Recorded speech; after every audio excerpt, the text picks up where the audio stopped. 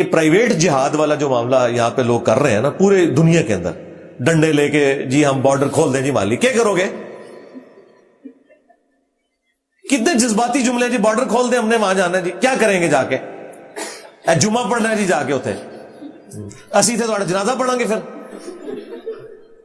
ڈنڈے اٹھا کے جمعہ پڑھنے جا رہے ہیں آپ۔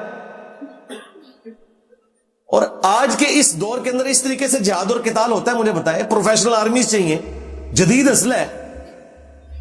اور اسی پہ میں نے بات کی، کچھ لوگوں نے میرے خلاف کلپ بنا دیا، جی یہ تو خالد بن ولید رضی اللہ تعالیٰ کی گستاخی کر دی ہے۔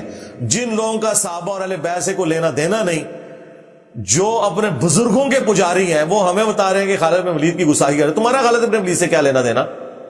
تم لوگوں نے تو اپنے فرقوں کے نام انڈیا کے شہروں پہ رکھے ہوئے ہیں، دیوبند اور بریلی۔ ہاں، صحابہ کرام کا تو ذکر دور دور تک تمہاری نسبتوں میں نہیں ہے۔ تم تو قادری ہو، چشتی ہو، نقشبندی ہو، کوئی زیادہ چھلانگ مار لو، حنفی، شافعی، مالکی، حنبلی ہو، کسی فرقے نے اپنا نام جو ہے وہ صدیقی نہیں رکھا ہوا، فاروقی نہیں رکھا ہوا، عثمانی نہیں رکھا ہوا، علوی نہیں رکھا ہوا۔ تمہارا صحابہ سے کیا لینا دینا؟ نہ سمجھ تو ہاں، صحابہ کرام کی گستاخی کر دی، بابیاں دے پجاری سانو، صحابہ والے تو ہم ہیں، آل البیت والے تو ہم ہیں، تمہارا کیا لینا دینا ان کے ساتھ؟ تو میں نے یہ سمجھانے کے لیے بات کی تھی، لوگوں نے کلپ بنا دی تھی خالد بن ولید کی گستاخی کر دی۔ میں نے بتایا تھا اللہ کے بندو، جب رومن جنرل آیا سامنے سے تو خالد بن ولید بھی ایک تلوار اور ڈھال لے کے اترے ہیں سامنے سے، وہ بھی گھوڑے پر ایک تلوار اور ڈھال لے کے آئے۔ تلوار کا مقابلہ تلوار سے ہوتا تھا، تعداد ضرور کم تھی مسلمانوں کی، لیکن ایک تلوار کے بدلے میں سامنے ایک تلوار ہوتی تھی۔ اب آپ نے مجھے غزوہ بدر و احد کی مثالیں نہیں دینی، وہ نبی الاسلام کی موجودگی میں ایک اللہ تعالیٰ کی غیبی مدد تھی۔ وہ والا معاملہ بعد میں نہیں اس طریقے سے چلا، بعد میں بہت بڑی قربانیاں مسلمانوں کو دینی پڑی ہیں، وہ پھر اللہ نے اسباب کے ساتھ معاملہ جوڑا ہوا ہے، فرشتے اسی وقت ہی اترے ہیں۔ آج بھی ہو ابراہیم سا ایماں پیدا، آگ کر سکتی ہے انداز گلستاں پیدا۔ وہ کہتے ہیں جی وہ کر سکتی ہے نا، جی یہ ڈاکٹر اقبال نے کہا ہے۔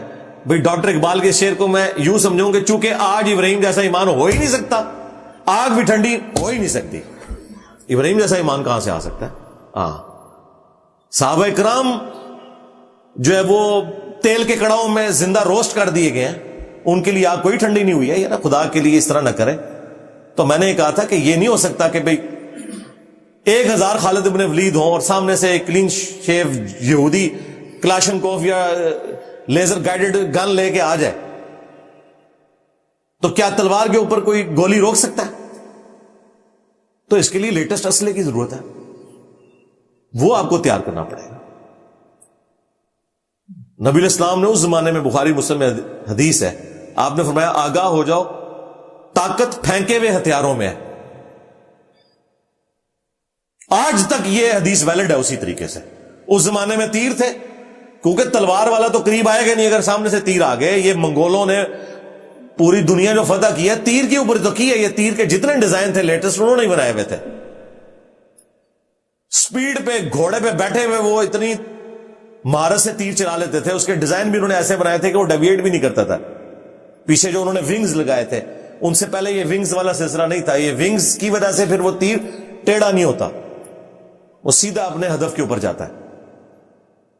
اور آج دیکھ لیں پھینکے ہوئے ہتھیار جو ہے میزائل ہیں، چاہے وہ انٹر کانٹیننٹل میزائل ہوں، بیلسٹک میزائلز ہوں، کوئی یہ سارے کے سارے پھینکے ہوئے ہتھیار ہیں۔ اس کے بغیر ہم کس طرح جنگیں لڑ سکتے ہیں؟ طالبان نے 20 سال تکلیف کاٹنی تھی امریکنز کی یہاں پہ اگر ان کے پاس ایئر سٹرائک ہوتی۔ یہ 20 ہفتوں کی بھی جنگ نہیں تھی، زمین پہ کیسے مقابلہ کر سکتے تھے امریکنز ان کا؟ کیونکہ برابر کا اسلحہ تھا، وہاں پہ بھی رشیا کا اسلحہ تھا، یہاں پہ امریکہ کا تھا۔ طالبان مار کھا گئے ایئر سٹرائک سے، وہ پوری کارپیٹ بمبنگ کرتے تھے، پورے علاقے وہ اوپر سے بارود گرا دیتے تھے، پھر یہ بیچارے پہاڑوں میں چلے جاتے تھے۔ اس وجہ سے جنگ لیٹ ہوتے یہ تو اب ان کی اپنی اکانومی کا مسئلہ اور ان کے پولیٹیکل ایشوز ہوئے ہیں، اس لیے وہ گئے ہیں۔ چلیں ہمارے حق میں تو بہتر ہو گیا، لیکن یہ نہ سمجھیے گا کہ ان کے لیے کوئی مشکل تھا ادھر اور رہنا چاہتے تو رہ بھی سکتے تھے۔ تو ہمارے پاس یہ جو ایک کمزوری اٹیچ ہے نا ایئر سٹرائک والی، وہاں پہ بھی آپ دیکھ لیں اسرائیل جو ہے وہ اوپر سے ہی وہ سارے بم پھینک رہا ہے، فاسفورس۔ ہمارے پاس F-16 کے پورے پرزے نہیں ہیں، وہ 35 کی بات کر رہے ہیں. تو اس طرح تو نہیں ہوگا میرے بھائی, ایسا تو نہیں ہوتا. ہاں ایسے تو نہیں ہوتا کہ نگاہ مار کے ہو جائے, کچھ نہیں ہوتا. امریکن بمباری میں سارے جتنے بڑے بڑے بزرگ ہیں ان کے مزار جو ہیں وہ سارے کے سارے وہاں پہ ٹوٹے ہیں. شہید تے میں نہیں کہنا چاہ رہا, شہید تے کوئی لال چیز ہوتی ہے, مزار تے ہی غلط.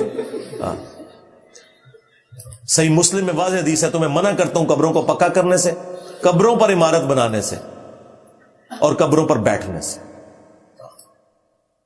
تو میرے بھائی یہ جب ہم لوگوں کو کہہ رہے ہیں کہ یار تیاری کرو, سائنس میں آگے جاؤ, وہ کہہ رہی خالد بن ولید کی توہین ہو گئی ہے. اس قوم کی سمجھدانی آپ دیکھ لیں اتنی سی ہے. تو سائنس میں ترقی کریں گے تو پھر آپ ان کے مقابلے کا اسلحہ بنا سکتے ہیں. آپ کو پتا ہے کہ 1/4 نوبیل پرائز جو ہے یہودیوں کے پاس ہے, مسلمانوں کے پاس 1 ہے, اور وہ بھی ان کی نظر میں, کیونکہ اس سائنٹسٹ کو بھی ہم نے کہا وہ قادیانی تھا, عبدالسلام, تو وہ اس کو 1 گنتے ہیں کہ اسے نوبیل پرائز ملا ہوا ہے. ہمارے کھاتے میں تو وہ بھی ختم ہو گیا. ہاں پاکستانی تو وہ تھا. باقی 1/4 نوبیل پرائز یہودیوں کو ملے ہوئے. مذہبی اپنی جگہ, سائنس میں بھی ان کی ترقی آپ دیکھ لیں اپنی جگہ موجود ہے. تو دیکھ لیں آج دنیا کو وہ پھر آنکھیں اس لیے دکھا رہے ہیں, اور کب سے دکھانی شروع کی ہیں, 1948 میں, پھر 1967 میں سارے عرب ملکوں کو اکیلے اسرائیل نے شکست دے دی. ابھی بھی اگر آپ دیکھیں تو مجھے تو صورتحال کوئی اتنی اچھی نظر نہیں آ رہی ہے. ہم دعا ضرور کر رہے ہیں, اور اتنی جلدی معاملہ سیٹل ہوتے ہوئے بھی نظر نہیں آ رہے. تو اگر طاقت ہوگی, ہم سائنس اور ٹیکنالوجی میں ترقی کریں گے, تو پھر انشاءاللہ تعالی ہم اپنے مسلمان بھائیوں کے لیے ویسی مدد کر سکتے ہیں جو آرمڈ کنفلکٹ میں مدد کی ضرورت ہے. تو اینڈ پہ ہم دعا ہی کرتے ہیں اپنے مسلمان بھائیوں کے لیے کہ اللہ تعالیٰ جتنے بھی مسلمان دنیا میں کسب پرسی کی زندگی گزار رہے ہیں, فلسطین میں, چائنا میں, کشمیر میں, انڈیا میں,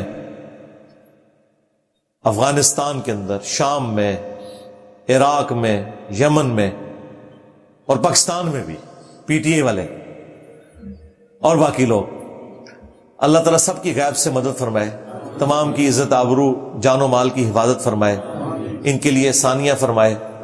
اور اللہ تعالیٰ نے جو ہمیں امن اور سلامتی میں رکھا ہوا ہے, اللہ تعالیٰ ہمیں اس فیسلٹی کی قدر کرنے کی توفیق عطا فرمائے. ہاں ہم تو بڑی سکرینوں پہ دیکھ رہے ہیں اپنی مسلمان بہنوں کو, بچوں کو شہید ہوتے ہوئے, روتے ہوئے, لیکن خود ہم اپنے بیوی بچوں میں, ماں باپ میں بیٹھے ہوئے اپنے گھروں کے اندر. آپ اس نعمت کا اندازہ نہیں کر سکتے. تو اس چیز کی قدر اس وقت آتی ہے جب بندہ اس اینگل سے بھی دیکھے اور اپنے بھائیوں کو واقعی دل سے یاد کرے. خالی نہیں ہے ہم ایک نارمل دعا کر کے چلے جاتے ہیں. یا تو میں نے ایک نارمل دعا کی ہے, یہ ہر بندے نے انڈیویجولی اپنی دعا کرنی ہے اکیلے میں اللہ تعالیٰ کے سامنے. جس طرح جب کسی کی ماں یا بیوی یا کوئی بچہ زندگی موت کی کشمکش میں وینٹیلیٹر کے اوپر چڑھا ہوا ہے نا, اس وقت جو اندر سے آواز نکلتی ہے نا, وہ والی دعائیں چاہیے مسلمانوں کی. ہاں اور دعاؤں میں اثر ہے انشاءاللہ تعالی. صلو علی محمد وآل محمد, اللہم صلی علی محمد وعلی آل محمد واصحاب محمد وازواج محمد وامت محمد اجمعین الی یوم الدین, آمین.